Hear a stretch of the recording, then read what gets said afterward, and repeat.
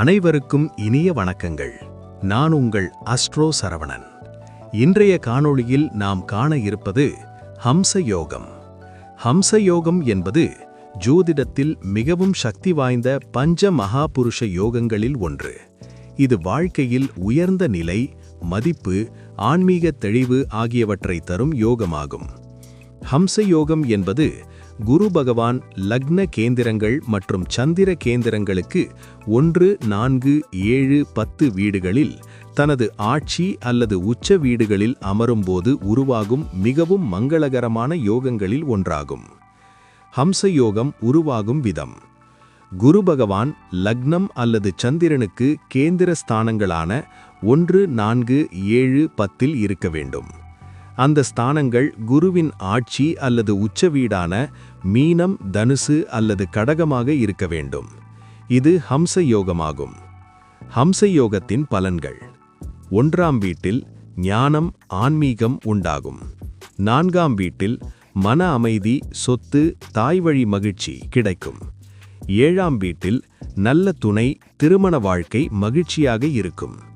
10ஆம் வீட்டில் வெற்றிகரமான மற்றும் நேர்மையான தொழில் அமையும்.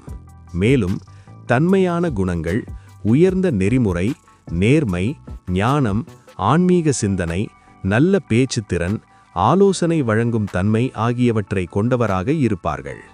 இவர்களது வாழ்க்கையில் நல்ல கல்வியறிவு, வளர்ச்சி, சமூகத்தில் மதிப்பு, மரியாதை, செல்வம், சுப நிகழ்வுகள் அனைத்தும் உண்டாகும். ஆசிரியர், குரு, ஆலோசகர், ஜோதிடர், அரசு பதவி போன்ற துறைகளில் இருப்பார்கள். தர்ம வழியில் நடக்கும் வாழ்க்கை, இறை நம்பிக்கை, பிறருக்கு வழிகாட்டும் திறன் இவற்றை கொண்டிருப்பார்கள்.